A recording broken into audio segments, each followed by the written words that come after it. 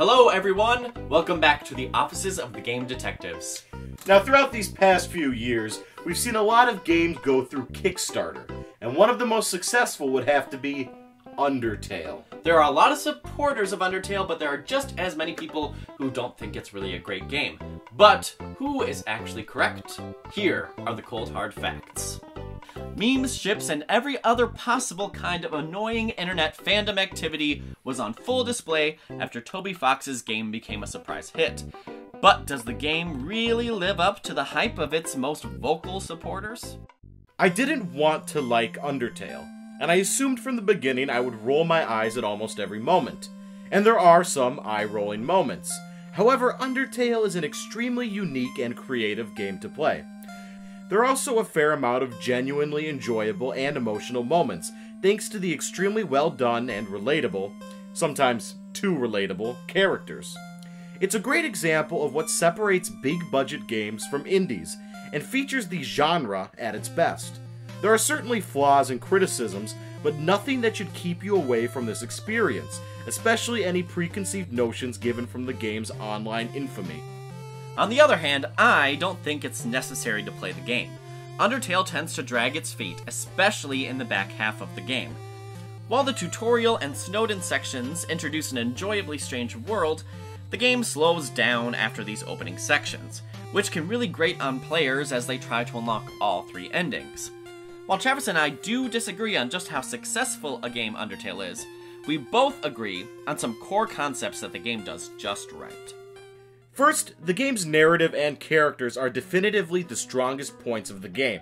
While the story itself seems to copy off of every RPG genre convention, a person falls down a hole, has no idea where they are, and must make their way home, your interactions with the various characters in the game make Undertale's story stand out from the other indie crowd.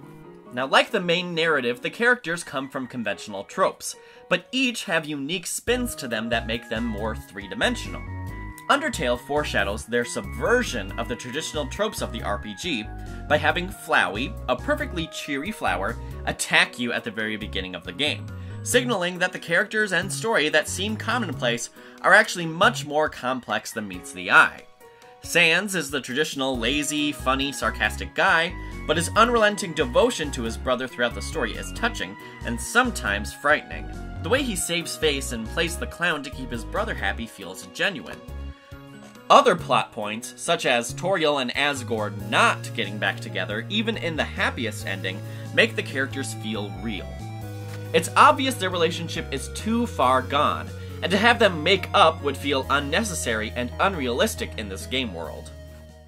You find yourself genuinely caring about the characters, pretty much every single one, which is your main motivation in completing the game. You want to see what happens to them, and you want to give them a pleasant ending. So, your main motivation goes from escaping the underground to trying to help out these characters around you. This makes it all the more difficult when you not only have to make negative choices, but go as far to massacre the characters you've grown to care about. That's another thing that Undertale executes brilliantly: the three different routes of the game. In order to fully appreciate and get the full experience of the game, you must play through all of the routes in their entirety. When you first play the game, you engage in the standard narrative, otherwise known as the neutral route. When you finish it the first time around, you can then choose to restart your game and go on one of two different paths: the genocide route or the true pacifist route. Each route comes with their own challenges, and each also results in new interactions with characters and entirely different endings. While these different paths could have been extremely simple, each is fleshed out completely.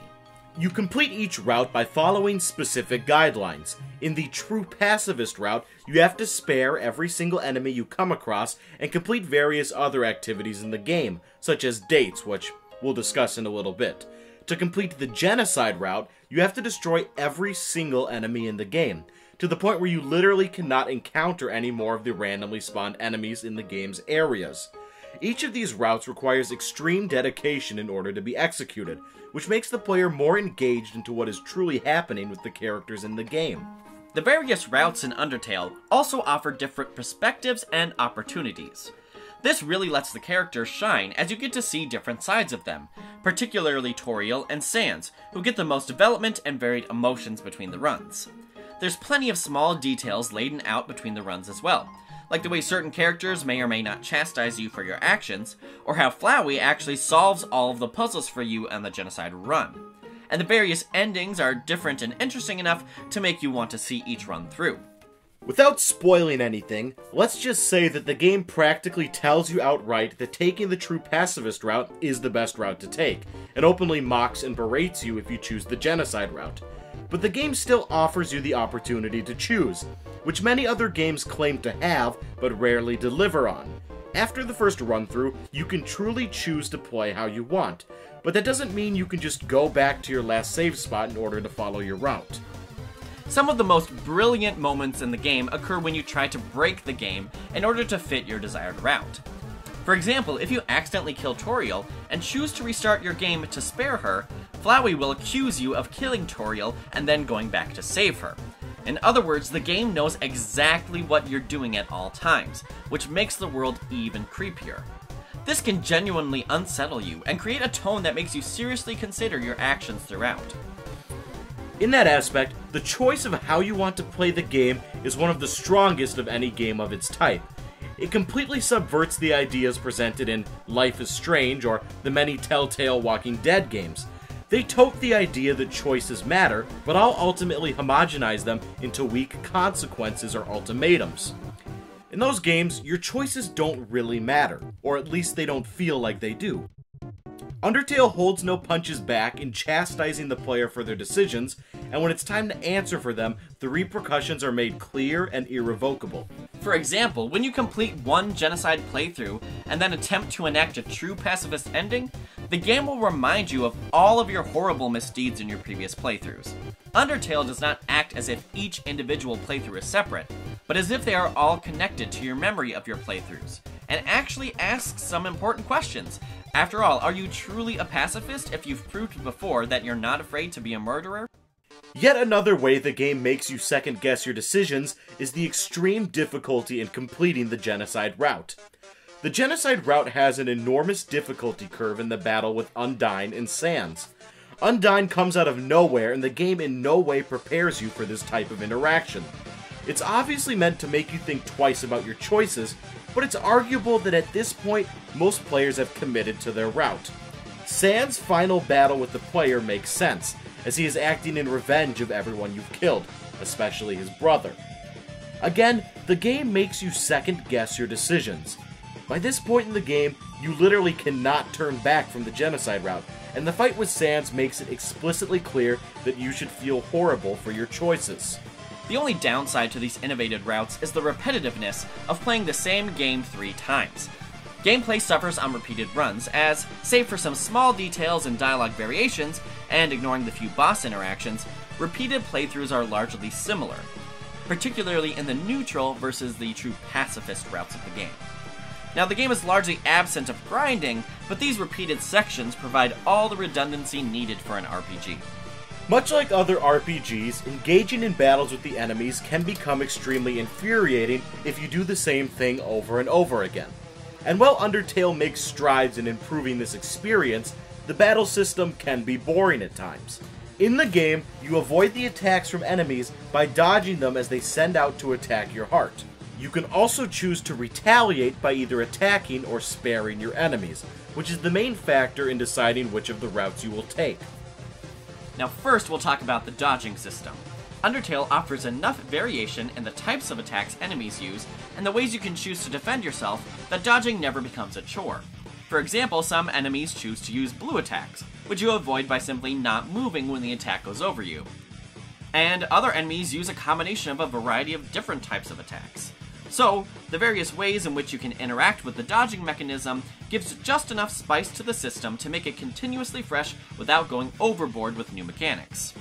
Unfortunately, the fighting mechanic in the game lacks the variety that the dodging system does.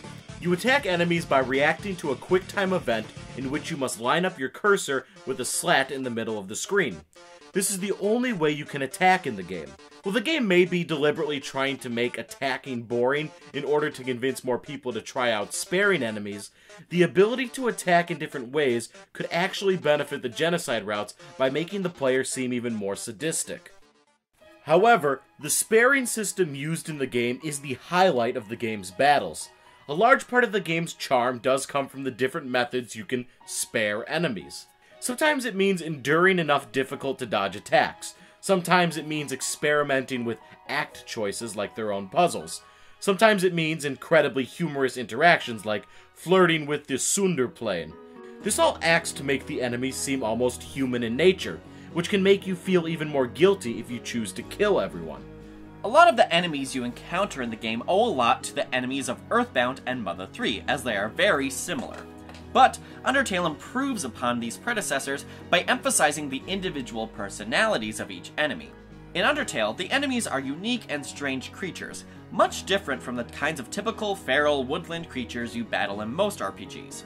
Another strong point for Undertale is the sheer variety of enemies included in the game, from sentient eyeballs to strange amalgamations of smaller creatures. Most importantly, each type of enemy has a unique personality and a different way to spare them, adding variety and charm to every interaction in the game. Unfortunately, not all of the humor used in the game features the same charm as the enemies do. Humor in the game is very hit and miss. Many moments in Undertale are genuinely funny, mostly when it relies on irreverence or character-based humor, like Papyrus's date or Toriel's literal hand-holding tutorial. When the game attempts straight-up jokes, mostly with sans dialogue, it gets a little too memey, like with the horrible corgi-like Temmies milking too much off of Mr. Saturn. The humor can get groan-worthy. Regardless if the intention was to get you to roll your eyes, it still feels lazy and uncreative.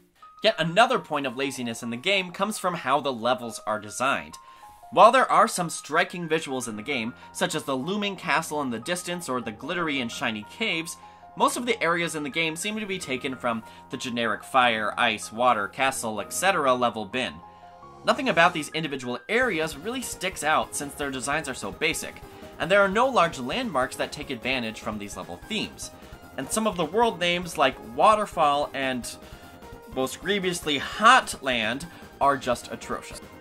Likewise, the puzzles, and we're using that term loosely, seem to be based on the worst of Pokemon gym puzzles, complete with the ever-so-popular sliding ice puzzles. While the game does attempt to do a few new things with these puzzles, they never fully pan out. Even worse, the game explicitly makes fun of poor puzzle design in the beginning of Snowdin, so featuring poor puzzles later just points to the fact that the game uses these kind of puzzles that it explicitly hates. This is very similar to how Yooka-Laylee makes fun of collectibles and uses them anyway. And another thing that hurts the level design is the extremely simplistic visuals used in the game. While the game was Kickstarter funded and was on a limited budget, the various reused assets and repetitive areas serve to make each world seem more and more generic as you go along. Specifically, Waterfall uses the same generic blue walls throughout the level, making that section feel even longer than it actually is. However, each world features small details that add some levity and personality to the underground. Almost every character or piece of scenery can be interacted with in a meaningful or humorous way. The game constantly surprises you with large plot points, but also with small touches or incidental dialogue, such as the game chastising you for taking too much candy, the snail races, or the dates with Papyrus or Alphys. These small details flesh out the world much better than the overall level design. The music design of the game also contributes to the overall effect. Almost every piece fits in perfectly for the setting or battle it is in, from the driving dance music in the Mettaton EX fight to the calm Snowdin theme. Every single piece was constructed with care, and has the same kind of unique personality that each of the enemies in the game has as well. Variety is the spice of life, as they say, and somehow the game achieves more variety with a 16-bit soundtrack than most games do with a full orchestra. For me, the most important thing a piece of entertainment can do is surprise you, and Undertale constantly kept me guessing on what it was going to throw at me next, gameplay-wise and narrative-wise. The endings especially play with the medium and can be very shocking and surprising, depending on how you feel about the characters.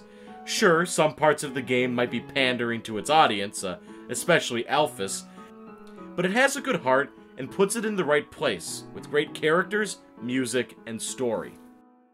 For me, I like the various ways Undertale tries to keep up with every gamer trick in the book. If you try to start over, the game knows it. If you try to complete the genocide route, something that most RPGs would reward you for doing, you get the ever-loving crap beat out of you. While I do like most of the game, it felt a little too on the nose at times. Sans jokes, Alphys and Undyne's relationship, and Temmie all point to how the game can go a little overboard with the camp, and how charm can turn into smarm. However, at its core, Undertale is a unique gaming experience.